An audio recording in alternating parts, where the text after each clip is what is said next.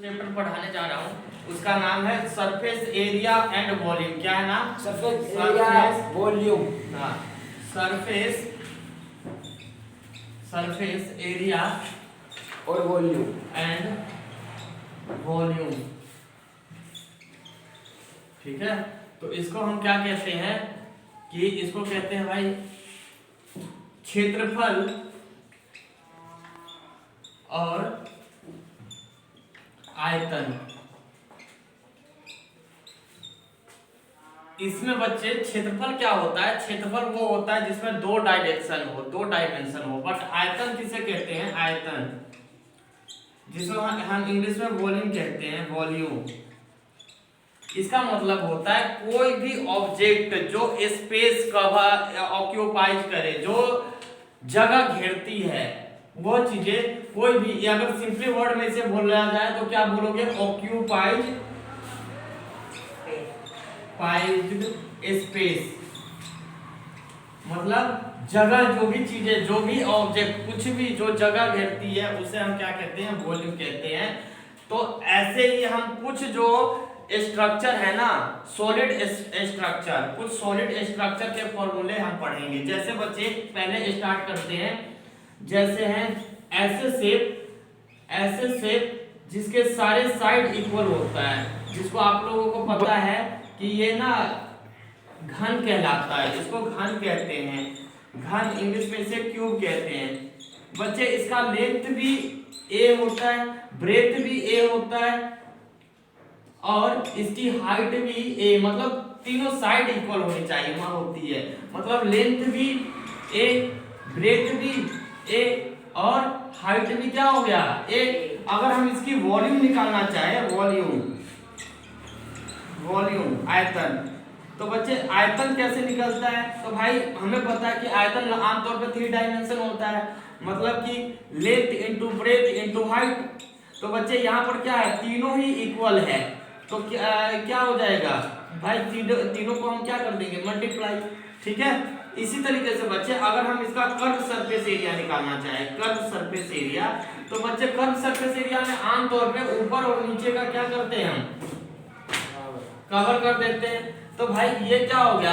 इस पे देखो, इसका लेंथ कितना है, देखो ऊपर का। एरिया का मतलब क्या होता है? 2 डायमेंशन एरिया। अगर आपसे कोई पूछता है तो क्या होता है? एरिया लेंथ इनटू ब्रेथ, है ना। क्षेत्रफल अगर कोई चीज आपसे पूछता है तो क्या होता है? Length into breadth. तो अगर हमने देखो बच्चे इसके सामने देखो, ये लेंथ और ये ब्रेथ, मतलब ये हाइट हो गई और ये ब्रेथ हो गया, तो ये दोनों के दोनों लेंथ, हाइट और ब्रेथ भी a इंटू ए, और जितना आगे है उतना ही पीछे 2 बार। इसी तरीके से बच्चे फ्रंट में अगर देखो तो इसका लेंथ भी है और हाइट भी a, और ये भी 2 बार, जितना आगे होगा उतना ही पीछे होगा। तो ये 2a² और ये क्या हो गया? 2a²। तो टोटल कितने हो गए? Pure a²। बच्चे अगला आता है total surface area. Total surface area, इसे वक्र पृष्ठीय क्षेत्रफल कहते हैं और इसे कुल पृष्ठीय क्षेत्रफल कहते हैं। कुल पृष्ठीय क्षेत्रफल कहते हैं बच्चे। अगर कुल पृष्ठीय क्षेत्रफल आपने देखना चाहते हो बच्चे, तो ये ऊपर नीचे साइड में, बैक में, फ्रंट, सभी का एरिया निकाल देना है। तो बच्चे एरिया का मतलब हमने क्या बताया था? Length into breadth. तो ये भी a, ये भी a।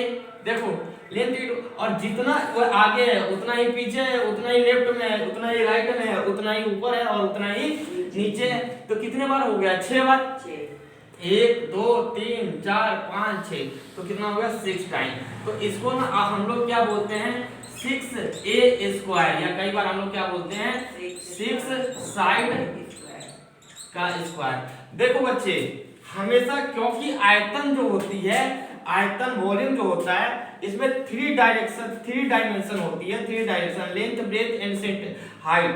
तो बच्चे इसकी जो यूनिट होती है ना, हमेशा क्यूब में होती है। किस में होती है? क्यूब। तो इसकी जो आयतन होती है, जैसे वॉल्यूम की जो आयतन होती है, उसमें आयतन जो होता है इसकी unit metre cube, centimetre, kilometre, मतलब यूनिट जो होती है वॉल्यूम की हमेशा किस में होता है, मीटर क्यूब में। किस में होता है, यूनिट के किस में होता है, यूनिट जो होती है यूनिट क्यूब में होती है।